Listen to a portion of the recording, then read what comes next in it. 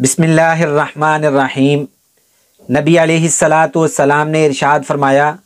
کہ قیامت والے دن ہر ایک سے اس کے ماتحت کے بارے میں سوال کیا جائے گا، سوال پوچھا جائے گا۔ اور یہ حدیث مبارکہ ایسے ہے، نبی علیہ الصلاۃ والسلام نے ارشاد فرمایا الا کلکم راعٍ و کلکم مسئول عن رعیتہ، آگاہ رہو، کلکم راعٍ کہ تم میں سے ہر کوئی کسی نہ کسی کا نگہبان ہے، وَكُلُّكُمْ مَسْئُولٍ عَنْ رَعْيَتِهِ، اور ہر نگہبان کو اس کی رعایا کے بارے میں اس سے پوچھا جائے گا۔ اور اسی حدیث مبارکہ کے اگلے جز کے اندر نبی علیہ الصلاۃ والسلام نے فرمایا اگر بادشاہ ہے، حکمران ہے، تو اس کو اس کی رعایا کے بارے میں پوچھا جائے گا، اور اگر کوئی گھر کا سربراہ ہے تو اس کو، اگر والد ہے تو اس کو اپنی اولاد کے بارے میں، اس کی بیوی بچوں کے بارے میں اس سے سوال کیا جائے گا، اور اگر کوئی عورت ہے تو اس عورت سے، اس مرد کے گھر سے جانے کے بعد جو وہ سارا گھر کا نظام سنبھالتی تھی اس کے بارے میں اس سے سوال پوچھا جائے گا کہ اس مرد کے جانے کے بعد تم نے اپنی اولاد کی کیا تربیت کی۔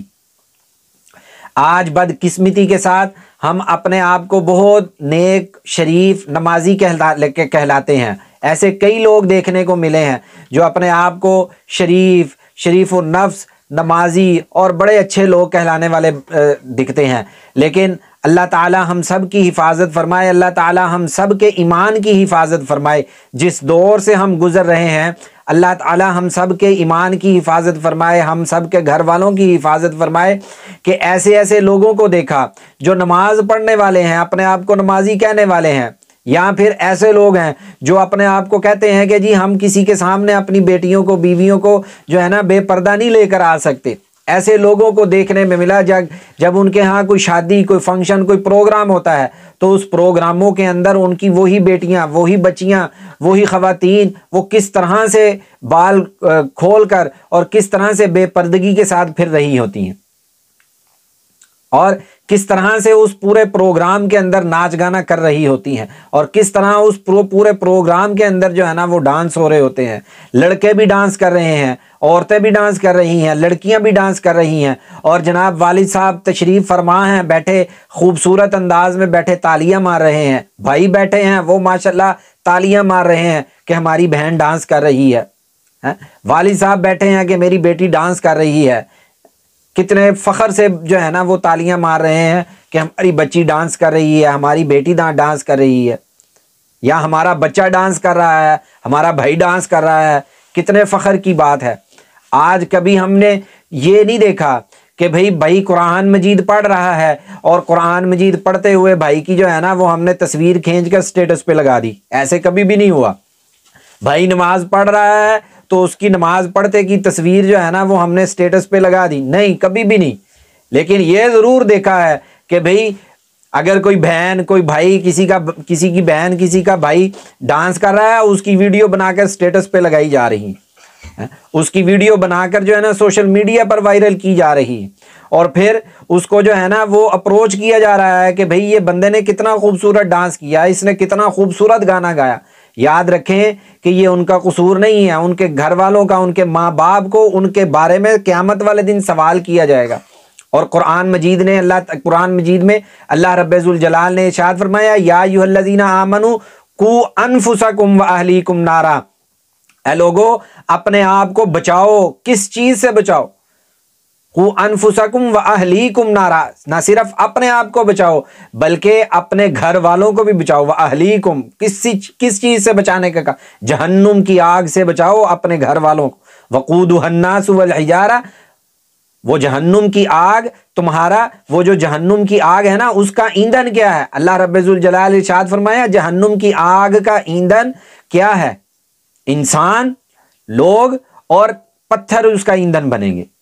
اب ذرا ہم خود سوچیں، کیا ہم یہ اپنے آپ کے لیے جہنم کا ایندھن تیار کر رہے ہیں؟ اپنے بچوں کی ایسی تربیت کر کے اپنے لیے جہنم کا ایندھن نہیں تیار کر رہے کیا؟ اگر کسی کی بیٹی، بہن یا بچی آج بے پردہ یا بغیر پردے کے باہر جاتی ہے، یا گھر کے اندر کوئی ایسی حرکت کرتی ہے جس کا والدین کو پتہ بھی ہے لیکن پھر بھی اس کو منع نہیں کرتے ہیں،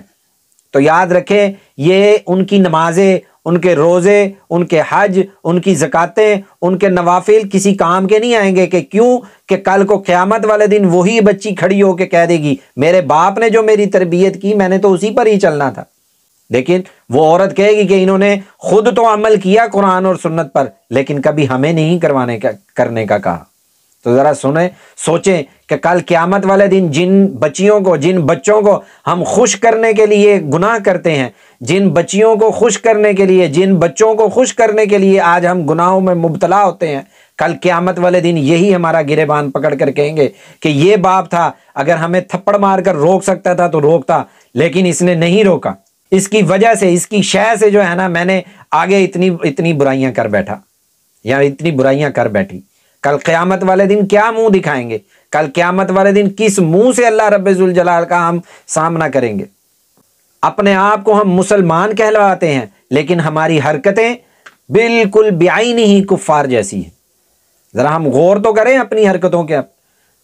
ویسے ہم جب کبھی کوئی موقع ملتا ہے تو ہم کہتے ہیں کہ ہم عاشق رسول ہیں، ہم سنت کے اوپر چلنے والے ہیں، لیکن ذرا ہمیں بتائیں تو صحیح کہ ہمارا رسول اکرم صلی اللہ علیہ وسلم کی سنت کے مطابق عمل کون سا ہے؟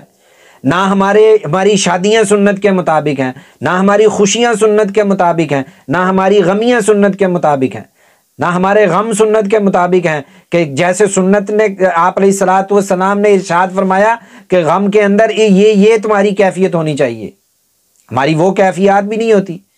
اور خوشی کے اندر ہمیں کس طرح کا عمل کرنا چاہیے وہ تو بالکل ہی اللہ تعالی ہماری حفاظت فرمائے۔ ایسا ہوتا ہے کہ کوئی باہر کا بندہ دیکھ کر یہ فیصلہ کر ہی نہیں سکتا کہ یہ مسلمان کی شادی ہے یا مسلمان کسی خوشی میں مبتلا ہے یا کوئی غیر مسلم کی شادی ہے یا کسی غیر مسلم کوئی خوشی کر رہے ہیں۔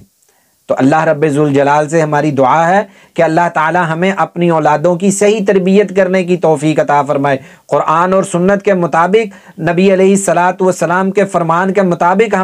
ہمیں اپنی اولادوں کی تربیت کرنے کی توفیق عطا فرمائے۔ آمین برحمتک یا ارحم الراحمین۔